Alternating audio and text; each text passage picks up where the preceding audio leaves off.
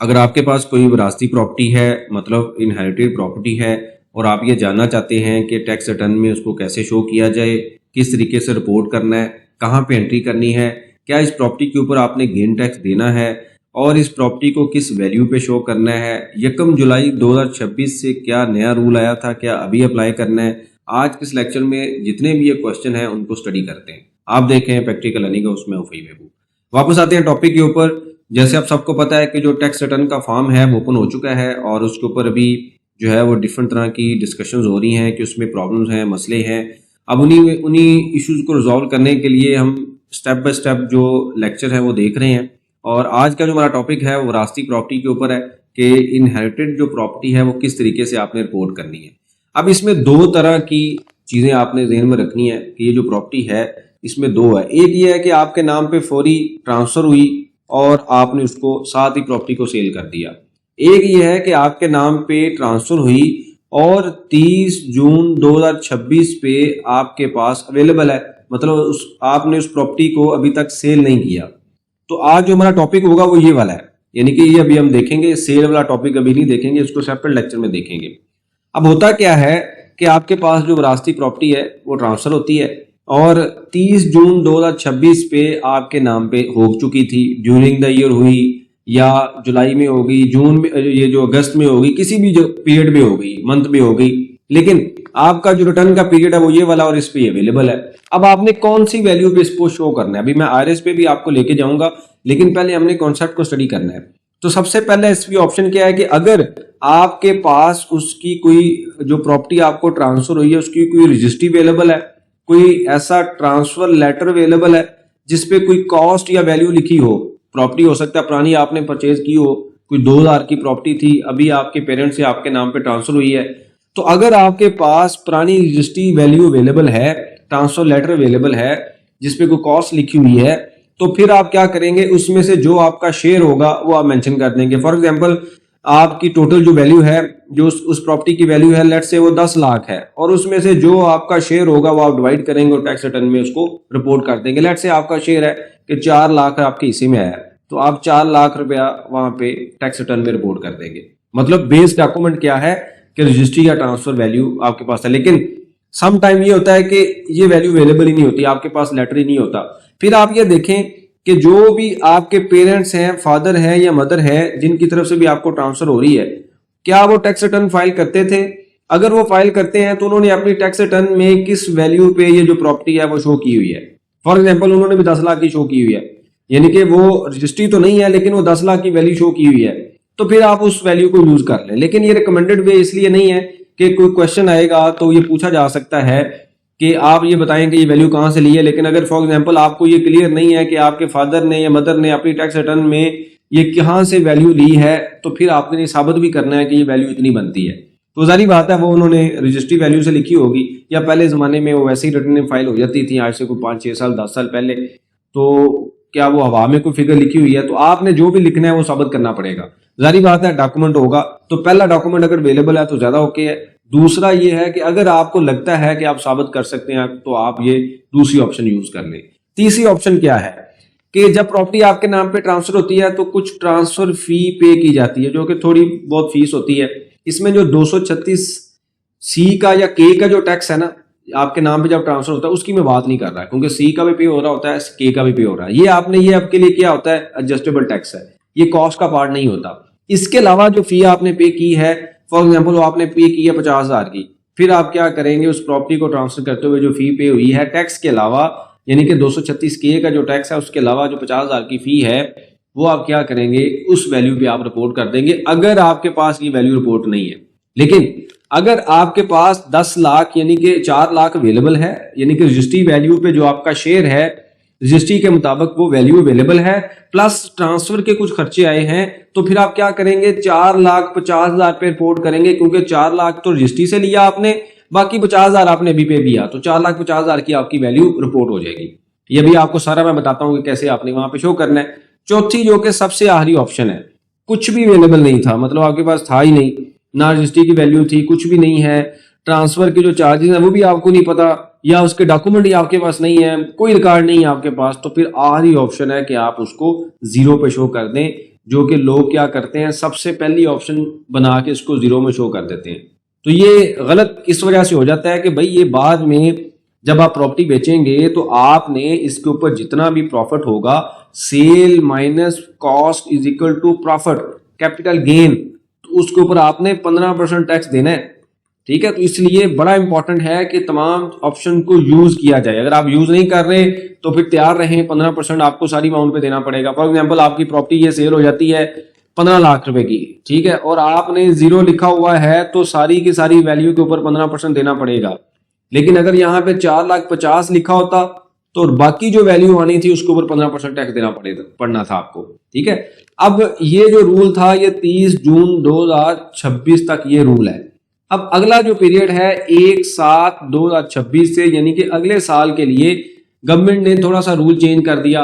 Government ने ये कहा कि जी ठीक है, अब आपको हम थोड़ा सा अलाउ कर देते हैं कि जिस डेट को अल्लाह ना करे आपके पेरेंट्स की डेथ होती है, यानी कि फॉर एग्जांपल 1/5/2000 हम ये जूम कर लेते हैं जी, 12/5/2026 को जो है वो आपको डेथ सर्टिफिकेट मिलता है। ठीक है, उस डेट को उस प्रॉपर्टी की जो फेयर मार्केट वैल्यू यानी कि आज की मौजूदा वैल्यू है वो आप शो कर सकते हैं। मतलब पिछली वैल्यू भी आप नहीं लेंगे, ट्रांसफर चार्जेस जो है वो भी आप नहीं लेंगे, उस डेट को जो एफबीआर के मौजूदा रेट होंगे उसके मुताबिक आप उसको दिखा सकते हैं कि आपने 15 लाख रुपए की सेल की और उस टाइम पे उसकी मौजूदा वैल्यू थी 12 लाख, तो 3 लाख रुपए आपका प्रॉफिट आएगा। अब आपने इस 3 लाख के ऊपर 15% जो टैक्स है वो पे करना है। तो पहले ये कंफ्यूजन थी जो मैंने आपको सारी 4 ऑप्शन बताई हैं, लेकिन मसला ये है कि आज तो हम 30/6/2026 की रिटर्न फाइल कर रहे हैं, तो हमारे पास क्या फिर मार्केट वैल्यू के ऑप्शन अवेलेबल है जो भी ये लॉ ने बताई है? तो बिल्कुल अवेलेबल नहीं है। हमारे पास जो ऑप्शन अवेलेबल है वो ये 4 ऑप्शन है जो मैंने आपको बताई हैं। 30 जून 2026 पे आप ये 4 ऑप्शन यूज कर सकते हैं, क्योंकि कट ऑफ है, उस कट ऑफ के बाद उस डेट के बाद अगला रूल अप्लाई होगा। अब हम आते हैं आईआरएस के ऊपर कि आपने इसकी रिपोर्टिंग कैसे करनी है।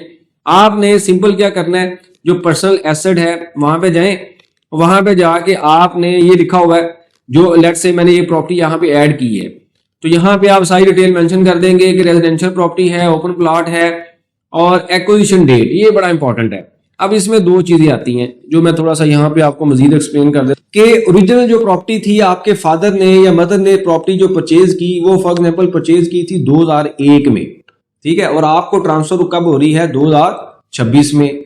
अब सवाल ये है कि मैंने जनाब एक्विजिशन डेट कौन सी लेनी है कैपिटल गेन के लिए?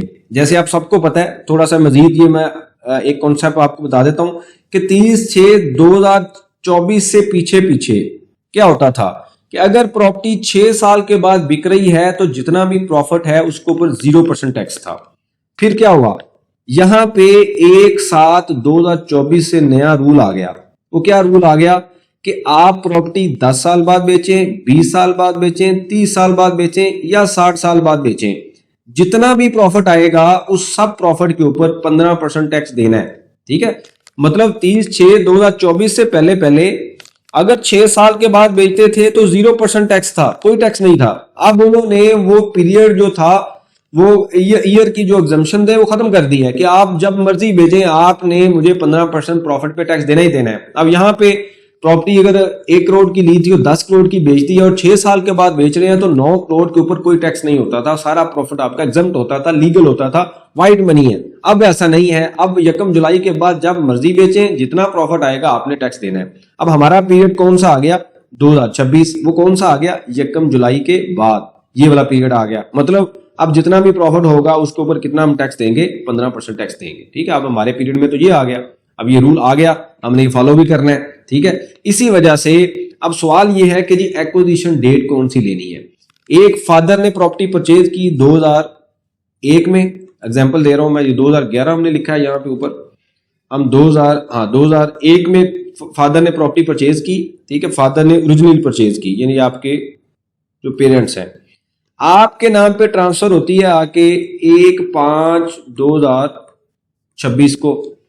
तो एक्विजिशन डेट कौन सी है? क्या ये वाली डेट आएगी या ये वाली आएगी? बड़ा इंपॉर्टेंट पॉइंट है। अगर आप 2001 वाली डेट लेंगे, ये वाली, तो फिर इसका मतलब 2001 में प्रॉपर्टी ली गई और अभी आप 2026 में बेचेंगे तो 6 साल के बाद बेच रहे हैं तो टैक्स क्या हो जाएगा 0%। यहाँ पे अभी आपको तकलीफ होगी कि मुझे कुछ दे ही नहीं रहे, ये पैसे अपनी रिटर्न में ले रहे हैं, मुझे कुछ दे ही नहीं रहे, क्योंकि जहां पे प्रॉफिट होगा एफबीआर को तकलीफ होगी। वो इन्वेस्टिगेट करेंगे, वो कहेंगे दिखाइए डॉक्यूमेंट दिखाएं, आपने प्रॉपर्टी बेची है, मुझे टैक्स आपने दिया नहीं है, कैपिटल गेन टैक्स। तो आप कहेंगे जी मेरे बाप ने, फादर ने 2011-1 में टैक्स प्रॉपर्टी ली थी, मैं आज 2026 में बेच रहा हूँ, 6 साल के बाद बेच रहा हूँ, तो इसके ऊपर कोई टैक्स नहीं है।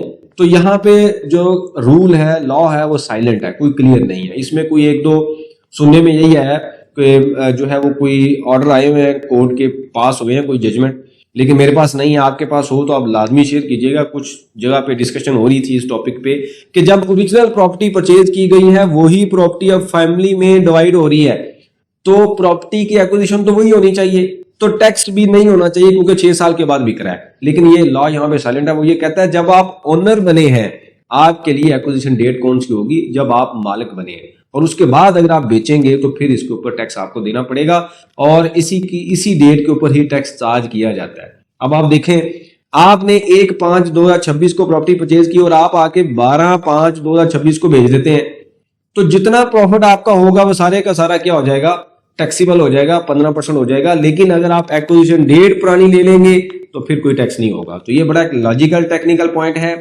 आमतौर पे लोग क्या करते हैं, रिस्क लेते हैं, जो फादर की परचेज की डेट है वही मेंशन कर देते हैं और गेन टैक्स से बच जाते हैं। फ्यूचर में कभी एफबीआर पूछता है और वो साबित ना कर सकें तो फिर वहां पे टैक्स दे दिया जाता है। अब आपके पास दोनों ऑप्शन अवेलेबल है, आप पुरानी डेट भी शो कर दें, नहीं भी कर सकते हैं, लेकिन ज़हन में रखें कि अगर पुरानी डेट शो की जाएगी तो एफबीआर आपको छोड़ेगा नहीं, चेक करेगा, और अगर टैक्स बनता हुआ तो आपको देना पड़ेगा। सिर्फ फर्क ये होगा कि आज की डेट में आप टैक्स कम देंगे लेकिन इन फ्यूचर आपको देना पड़ेगा, और प्लस आपसे डिफॉल्ट सरचार्ज भी लिया जाएगा। जैसे बिजली का बिल अगर लेट जमा कराते हैं तो हमें जुर्माना भी देना पड़ता है, इसी तरीके से 12% साल के हिसाब से आपसे डिफॉल्ट सरचार्ज भी लिया जाएगा। मतलब फॉर एग्जांपल 1 लाख रुपए आपका टैक्स बनता है और आपने जमा नहीं कराया और 2 साल के बाद वो आपसे लेगा, तो अब 1 लाख नहीं लेगा, वो कितना लेगा, 1,24,000, मतलब 12% एनुअल के हिसाब से आपसे पेनल्टी भी लेगा। तो रिस्क आपने खुद लेना है। इसके ऊपर रूल क्लियर नहीं है, कोई जजमेंट है, कोई ऑर्डर है तो लाजमी शेयर कीजिए, उसके ऊपर हम डिस्कशन भी करेंगे, उसको वेट भी करेंगे, वैल्यूएट भी करेंगे, और ये भी देखेंगे कि क्या फ्यूचर में उस ऑर्डर को हम यूज कर सकते हैं। अभी तक साइलेंट है, अभी तक वो ये कहता है जी जिस डेट को आपके नाम पे 236K का टैक्स पे होगा उस डेट की, वो डेट आपके लिए एक्विजिशन डेट है। और इसको साबित करने के लिए उसने आगे ये भी कह दिया कि 1 जुलाई 2024 से जो रूल है वो फेयर मार्केट वैल्यू वाला है। इसका मतलब क्या हुआ कि वो ये कहता है कि एक्विजिशन डेट आपकी आज की ही होगी, फ्रेश होगी, जिस डेट में आप में ट्रांसफर हुआ है। इस वजह से आपको वो फेयर मार्केट वैल्यू पे लिखने की इजाजत दे रहा है। तो अगर आप इस कॉन्सेप्ट को ज़हन में रखें तो फिर ये जो डेट है ये इनवैलिड हो जाती है, यानी कि 2001 वाली जिस डेट को फादर ने प्रॉपर्टी परचेज की है। तो ये कॉन्सेप्ट था, इसको देख लीजिए। कोई क्वेश्चन हो, क्यूरी हो, आप डिस्कस कर सकते हैं, इसके ऊपर हम डिस्कशन करेंगे ताकि जो लर्निंग का प्रोसेस है वो कंटिन्यू रहे। और एक जो अगली चीज जो भी मैं डिस्कस कर रहा हूँ कि अब आपने आईआरएस के ऊपर ही हम वही चीज देख रहे हैं, यहाँ पे आके आपने डेट कौन सी लिख दी। मैंने फॉर एग्जांपल मैं ये कहता हूँ कि नहीं जी मैं जो है वो 1/5 वाली ही डेट लिखूंगा क्योंकि इस पे कोई चीज क्लियर नहीं है और फ्यूचर में मुझे देनी पड़ेगी चीज। तो मैं क्या करता हूँ कि 1/5 की जो डेट है वही मेंशन कर देता हूँ कि 1 मई को मैंने जो है परचेज की है, इसकी जो वैल्यू है वो मैं ये कहता हूँ 4.5 लाख है, एग्जाम्पल दे रहा हूँ, और इसको आप अपडेट कर दें, ये वैल्यू आ जाएगी। अब आपने रिकंसिलेशन ऑफ एसेट में जाना है, वहां पे आके ये लिखा हुआ है इनहेरिटेंस, ठीक है, ये बड़ा क्लियर मेंशन है। तो यहाँ पे आके आप क्या करेंगे, इस वैल्यू को, पहले मैंने 5 लाख लिखा हुआ था, तो अब आप क्या करें, इस वैल्यू को अपडेट कर दें और इस वैल्यू को मेंशन कर दें कि अब आपकी 4 लाख की वैल्यू है। और जैसे ही आप 4 लाख की वैल्यू यहाँ पे मेंशन करेंगे तो आपका जो डिफरेंस होगा वो यहाँ पे भी थोड़ा डिफरेंस आ रहा है नीचे, वो खत्म हो जाएगा। मतलब आपने एसेट के अंदर ही रहना है, ये आपकी कोई ऐसी वो चीज नहीं है जो रिटर्न में जाके रिपोर्ट होनी है, ये एसेट के अंदर ही रिपोर्ट हो। तो आप यहाँ पे क्या करेंगे, यहाँ पे जब आके आप क्लिक करेंगे तो आपसे कहेगा जी कहाँ से ट्रांसफर हुई, तो आप अपने पेरेंट्स का आईडी कार्ड नंबर लिखें, तो उसके बाद नाम उठा लिया जाएगा, मैंने अपना लिख दिया है तो ये नाम आ गया। फिर आप लिखें share of property from father 1/3 share, जो भी आपका परसेंटेज है वो मेंशन करें, यहाँ पे वैल्यू लिख दें और जो अमाउंट है वो यहाँ पे मेंशन कर दें।